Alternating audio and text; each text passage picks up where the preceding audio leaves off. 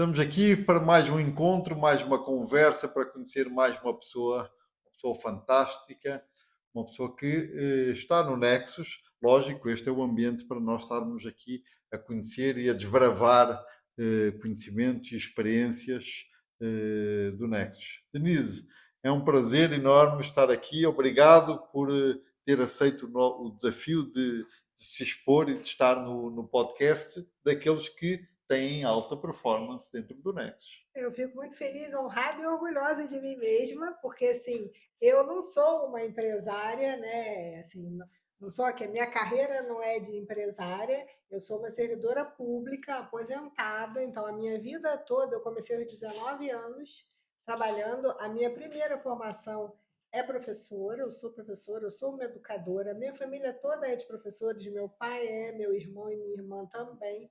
Então, eu nasci numa família de professores. Então, a minha primeira formação, lá no ensino médio, eu decidi que eu ia ser professora também. Então, eu fiz pedagogia, fiz letras. Aí, fiz o primeiro concurso público E lá no você é Rio de de Janeiro. onde? Eu nasci em Belém do Pará, Em Belém do no Pará. norte do Brasil, mas eu nunca morei lá. Eu, bem bebê, Praticamente só minha nasceu. mãe, eu só nasci. Bem bebê, minha mãe já me levou de volta porque ela morava no Rio.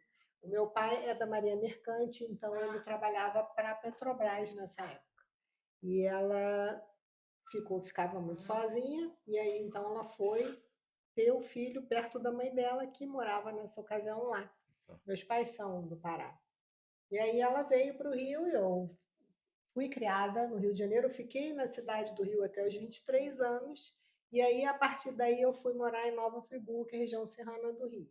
Lá no Rio de Janeiro, eu tinha duas matrículas na prefeitura, eu era professora, tinha duas escolas, e depois eu me mudei para Nova Friburgo, aí eu pedi exoneração, e aí fiz um novo concurso e fui trabalhar no Legislativo do município de Nova Friburgo, e lá eu fiquei 30 anos, saí de lá aposentada.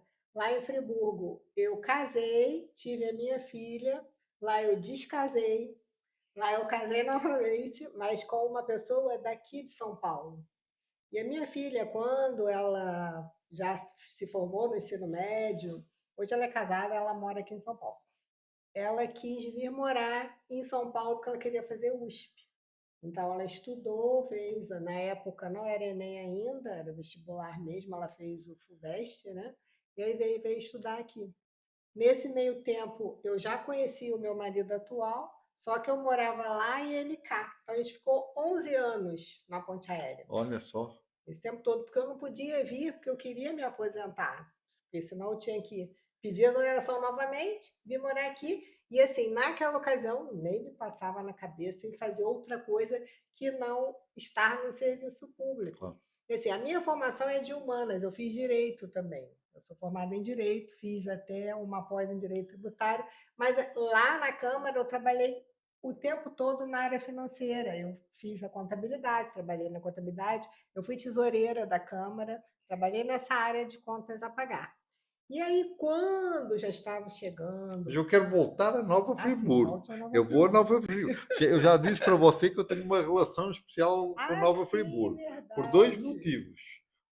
Quase que três até. Um é que eu não sei se você sabe, um dos fundadores do Nexus e meu sócio do Nexus, chamado Davi Zuega, nasceu em Nova Friburgo. Ah, Então, essa é a primeira sim. curiosidade e que faz uma ligação muito grande. A outra é que quando eu era diretor regional do Banco Bandeirantes, eu fui responsável pela agência de Nova Friburgo, que era uma agência fantástica, então eu ia todos os meses a Nova Friburgo e adorava.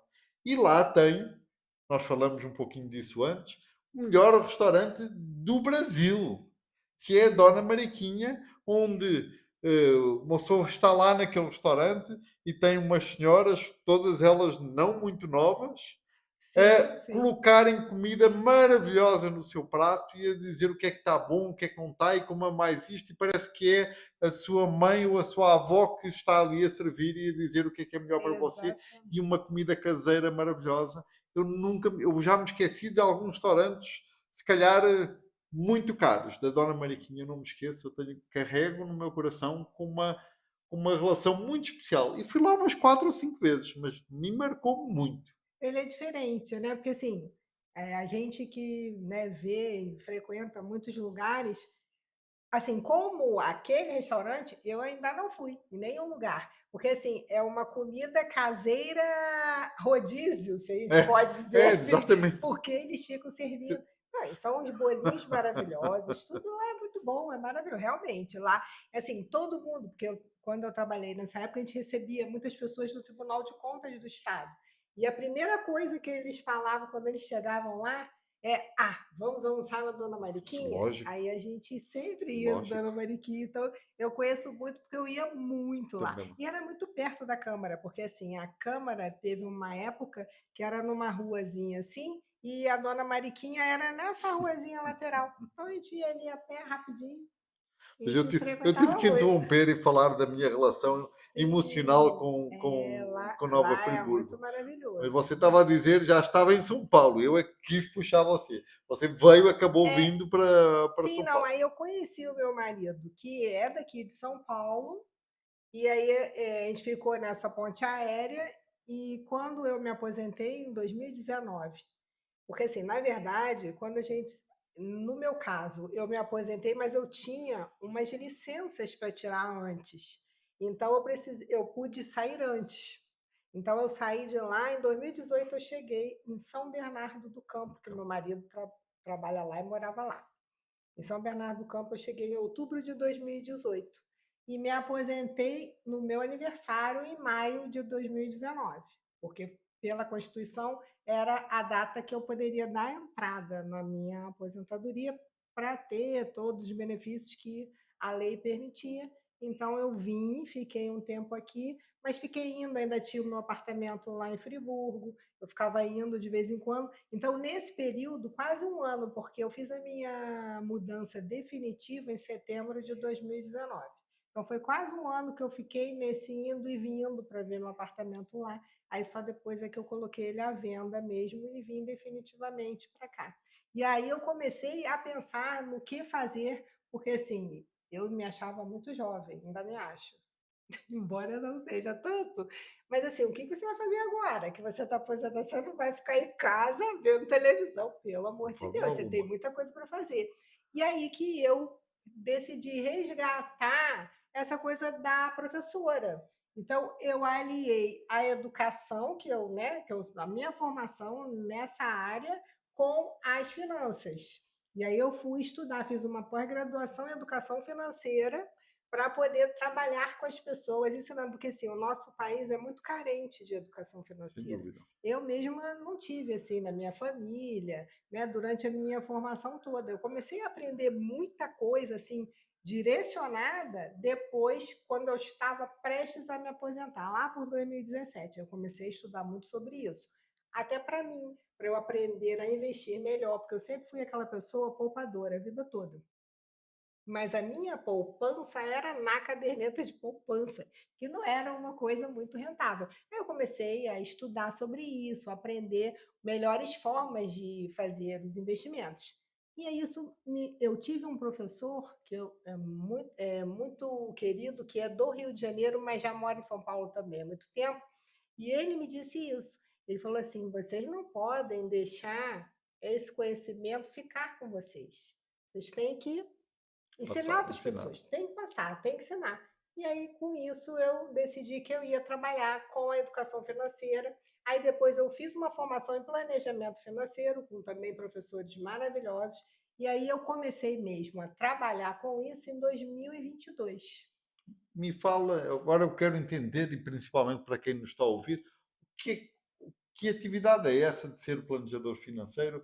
Quais é que são, qual é a missão, qual é que é o desafio, o propósito de quem faz, ensina, trabalha com planejamento financeiro? A nossa missão é ajudar esse povo a ter uma vida financeira mais saudável, mais tranquila, equilibrada. Porque, assim, as pessoas gostam muito de viver o hoje e às vezes esquecem do futuro delas. Ou também o contrário pode acontecer, pessoas que guardam, guardam, guardam, guardam, só pensando no futuro, esquecem de viver o presente. E a gente tem que estabelecer um equilíbrio. Eu fundamentei o meu trabalho nas ciências comportamentais. Por quê? A vida financeira não é só números. Tudo está ligado, é como você se comporta, é como você pensa. Então, eu trabalho muito com ciências comportamentais e psicologia do dinheiro também, para entender a pessoa, qual é a raiz dos seus problemas financeiros. Por que que você chegou a ter esse tipo de problema? Por que que você toma esse tipo de decisão? Então, o meu trabalho é, além de mentorias, dando aulas para as pessoas que querem muito investimento, aprender a investir, então, eu ajudo o meu cliente a entender sobre esse mundo e ter uma condição de conversar com o seu gerente no banco ou com o seu assessor de investimento, assim, de igual para igual ou não, mas assim, sabendo o que ele está, o que esse assessor ou esse gerente está oferecendo para ele. Então, eu dou essa clareza para o meu cliente. Além de fazer o planejamento mesmo de vida. Eu quero planejar uma viagem, eu moro com meus pais, mas eu quero me mudar, morar sozinho, como é que vai ficar a minha vida assim? Eu trabalho, porque assim, muitas pessoas também não têm essa noção do receita e despesa, Uma consciência não tem essa dessa relação. consciência, isso, de, eu posso gastar nisso ou eu não posso, o que eu tenho que fazer? E eu trabalho muito com base em duas reservas que eu acho muito importante. A primeira reserva de segurança para qualquer imprevisto que você tenha, eu acho que isso é fundamental a gente ter, e uma reserva para aposentadoria.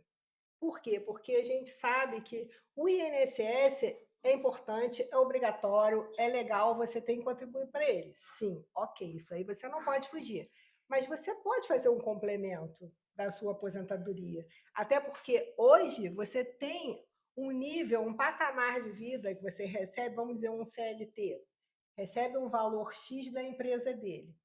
Hoje ele ganha aquilo, mas ele está na atividade. Lá na frente, quando ele for se aposentar, ele não vai receber a mesma coisa, por mais que ele contribua com o máximo. Mas a gente sabe que o valor máximo hoje é 8 mil e poucos reais do INSS, se fosse hoje, né? Se a gente fosse comparar. Muitas pessoas ganham 20, 30, 40 mil, e aí de repente vira 8. Como que ele vai botar uma vida de 30 mil dentro de uma vida de 8 mil? Então, eu incentivo os meus clientes a fazerem essa reserva paralela, né? Para essa contribuição. Então, a gente faz cálculos mesmo, mas assim, o primeiro trabalho com eles é um questionário que é um mapeamento que eu chamo comportamental. Primeiro para eu saber como é que é ele, como é que é a compra dele, como é que ele compra, como é que ele gasta, o que ele gosta de fazer. Então, acho que isso é fundamental. Eu, por exemplo, amo viajar. Então, eu tenho as minhas reservas de viagem porque é uma coisa que eu gosto de fazer. E não tirar um dinheiro de outras coisas, porque assim, no serviço público a gente trabalha com dotação orçamentária. Então, o dinheiro é para cada, né, para cada Tem uma área. Você destinação não pode específica. tirar de um lugar e colocar em outro aleatoriamente. Então, eu aprendi a fazer isso com as minhas coisas. Então, a reserva que é para viagem não é a reserva que é para o gasto fixo, e assim a gente vai dividindo as coisas. Então, isso é muito importante. Então, eu senti essa necessidade de ajudar as pessoas a terem esse equilíbrio também na vida delas. E assim, eu cheguei em São Bernardo e não conhecia ninguém, né? Então eu precisava conhecer pessoas. Aí logo veio a pandemia, eu tive que ficar em casa mesmo. Depois disso, eu comecei a buscar grupos para poder participar. Então, os primeiros grupos que eu participei são de mulheres empreendedoras Uhum. do ABC. E numa das reuniões lá, eu encontrei uma pessoa que é do nosso grupo de São Bernardo, do Nexus, e a Babi, que é de Interlagos. E elas duas me convidaram para uma palestra da Babi, que ia dar no mês seguinte no Nexus de São Bernardo. Aí eu fui, era presencial, aí eu fui. Nossa, maravilhosa a Babi, né? É. Então, ela é sem igual. E aí eu amei, e gostei muito da atmosfera, e a Kelly, que não está mais no grupo, era a VP de crescimento da época, veio, conversou comigo. E assim, eu estava começando, né, os primeiros passos, porque assim, isso foi o ano passado, em março de 24. Eu comecei a trabalhar em 22, assim, ser empresária. Resolvi ser empresária em 22. Só que eu não tinha uma estrutura de empresária, eu não sabia ser empresária, eu era, estava indo, né, naquela. Tanto que mesmo no ano passado eu já entrei no MBA de administração e finanças, para poder também Você não ter para mesmo, essa né? não, eu estudo o tempo todo, eu nunca parei de estudar. Eu estudo desde os 5 anos de idade, isso é uma coisa que eu amo fazer, estudar. O tempo todo estou estudando, é curso. Ah, apareceu um curso tal, aí eu vou lá e faço aquilo, uma coisa. Eu gosto de ver coisas diferentes também. Por exemplo, eu faço piano, eu estudo piano, porque isso era uma coisa que eu sempre quis fazer desde criança, mas não tinha tempo e na Mas época você meus tem habilidade, não é como eu, que não tenho habilidade de fazer nada. Você tem habilidade para a música? é difícil, né? Porque o piano é muito difícil, mas É. a gente tem que treinar, tem que treinar. Assim, a minha professora fala que 15 minutos por dia já ajuda pra caramba. E aí a gente vai, não Você tem piano em é? casa? Eu tenho. Esse é outro dos desafios do piano, é que muitas vezes uma pessoa É não tem, porque é né? difícil. Pois é, quando eu era criança, meus pais não tinham condição de ter um piano, e por isso eu nunca pude aprender, porque não tinha como. Aí eu sempre falava, não, eu vou me aposentar, eu vou comprar um piano. Eu vou me aposentar, eu vou comprar um piano. E assim Aí foi. depois, assim foi. Aí eu comecei a estudar o piano. E agora me fala, você entretanto entrou no Nexus, eu sem dúvida que isso claramente mostra o quanto também ajudou para você nesta integração que você buscava, não é? De estar com outros empresários. Sim, E agora você está aqui porque é um membro de alta performance dentro do Nexus. Como é que é isso? Como é que você consegue, para além de fazer o MBA, que eu não sabia, para além de fazer o piano, para além das relações familiares, para além do trabalho, como é que você consegue também se dedicar ao Nexus e aos outros para que os outros vinguem, não é? Porque quando uma pessoa tem uma boa performance, uma alta performance no Nexus, é pelo aquilo que nós fazemos em prol do grupo e não sim, para você. sim. É, pois é, porque assim, essa coisa do ajudar, eu vi que é muito bacana a gente ajudar É as pessoas, maravilhoso, é não é? maravilhoso. E isso é uma coisa que faz parte do meu trabalho, ajudar as pessoas. Então, eu sempre achei que eu tinha que ajudar. Quando eu entrei no Nexus, porque assim, na primeira reunião que eu fui, eu já gostei, já fiz a adesão. Dia 28 de março mesmo, eu já fiz a adesão. E aí, a primeira reunião, eu já fui como membro, já fiz até a primeira RDN no mesmo dia, né? Eu já marquei, vamos fazer a RDN. Eu aprendi, assim, no início para mim foi difícil entender, mas como tinha toda aquela formação do Riquini, eu não deixo de ir, até hoje eu continuo indo, porque assim, eu sempre falo isso, desde que eu cheguei lá em abril do ano passado, o Diego era o presidente, e logo em maio ele falou assim: Denise, você tem o perfil para VP de conhecimento. Então eu quero que você seja. Eu falei assim, mas eu não sei nada, eu cheguei agora, eu não sei como é que faz isso. Não, sabe sim, você vai, não, eu tenho certeza que você vai. E é legal, assim, porque eu acho isso, eu gosto de estudar, e eu acho que a gente precisa estar estudando. Então, isso é uma das coisas do Nexus que eu acho fantástica, das reuniões terem essa palestra agora, esse talks, né, de 20 minutos, que você traz um conhecimento diferente para os membros, né, para os empresários, porque assim, a pessoa vai aprendendo e abrindo o leque dela de conhecimento. E eu sempre falo para eles, porque eu estou VP desde então, não saí até hoje, eu continuo. Porque assim, com o Diego foi, com ele o ano passado todo, e quando chegou agora a Júlia, aí ela me convidou novamente. Falei, Júlia, mas de novo eu. Ah, não, mas você faz bem e tal. Aí eu fiquei no. Aí eu aceitei e continuei. Então, essa coisa do ajudar é legal. Por quê? Porque indicação é fácil de você fazer indicação. E quando você faz as RDNs, que é o que o Riquinho fala, quando você faz RDN, você aprende o que a outra pessoa faz, aí fica mais fácil ainda de você indicar. E assim, nos 3 primeiros meses, talvez, eu ainda estava engateando, eu não sabia muito bem como era isso.